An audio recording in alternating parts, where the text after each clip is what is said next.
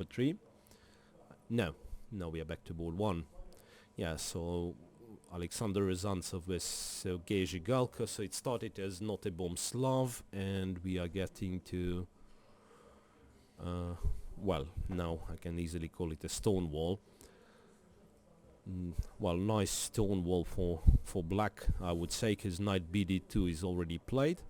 And knight e1, yeah, that's a possible plan actually. So white intends to put the knight on d3, yes, and the other knight comes to f3 later on. Queen e7, then b2, b3 perhaps, or queen c2, yeah, c4 pawn needs some attention. Queen c2, then other knight goes to f3, and white gets the firm control over the dark squares. So knight e4 now, perhaps knight c3 is going to be played, well, knight f3, so you don't want to take on e4. Yeah, rook b1, yeah, so black is invited to capture on d2. Yeah, rook b1, and then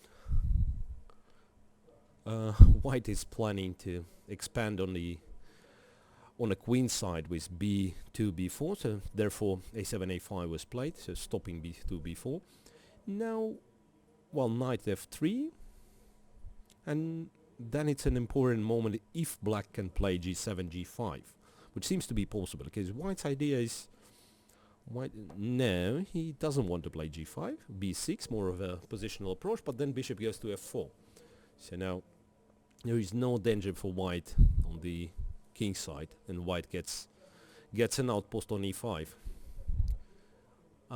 Bishop a6, then, well, one of the ways is to play b2, b3, simply not paying attention to, yeah, so it's either b3 or c takes d5, but cd5 opening a c file might be not enough for white to claim an advantage, because black is ready to play rook c8 to fight for a c file. Yeah, at the back of our screen we can see another, well, another woman playing in men's event, Olga Giria, a member of Russian Olympic team, and if I'm not mistaken, she plays with David Navarez. David, who's the top seed, well, he lost a bit his pace, and yeah, now he's down to some, well, I don't know actually, I can trying to find him in the, yeah, it's board number 35, and David is on 10.5 points, so last few rounds went pretty bad for him. So let's go back to board number 1. Yeah, so white decided to capture on d5 and capture on d6. Well, a strategy of simplifications, but as I said, it might be not enough to prove an advantage really. Even though white still looks better, of course, because, well, the main difference is that white has an e5 square for long, and while for the moment it's black knight has on an outpost on e4, but it can be driven away with f2, f3 later, and, well, same is not possible for black if white gets a knight on e5. Well, so as per usual for Zhigalko, he starts to spend a lot of time once the position gets tense, so I wonder if he's going to be as precise as he was when it comes down to seconds. Yeah, quite a complex position. h2, h6, knight f2, e5. Yeah, following the plan. So now if knight takes, and, well, slight but quite unpleasant edge for white. Well, that's a possible way to play, of course, to exchange the bishops, and the bishop takes, knight takes on d3. But then, rook c4. It's an interesting attempt. So what happens if white captures, and no, e3. It was an option to capture everything, but bishop f1, but then black, at least, I mean, if black cannot, well, control the c-file, at least he's got a chance to exchange all the rooks over c-file, which might be a bit of a, yeah, rook c7 back. So it won't be that easy for white to actually get the c-file. So white can capture now. Yeah, white captures on c7, rook c7, and another rook to c1. Yeah, that's white's plans to exchange the rooks. Now rook c2, queen c1, fighting, yeah, rook c2, followed by queen c1, winning the c-file. Not that it's such a huge achievement, but well, an unpleasant scenario for Sergei Zhigalko because, well, he can hardly complicate that position. So black has to switch to defense. Oh well, knight e8 is a possibility to hold on c-file for a moment. Yeah, that's what he does. So now, well, white would like to actually get his bishop to b5, but well, a2, a3 is a useful move. a3, and now he takes on c2 and queen c7. So black is ready to exchange queens as well, and knight from c7 is going to cover some light squares on the queen side. So queen a4 is a nice little move. And then e6 is a little bit weak. So after knight d6, knight f4, then how do you cover e6? Knight f8, and it's still, well, it's still not enough.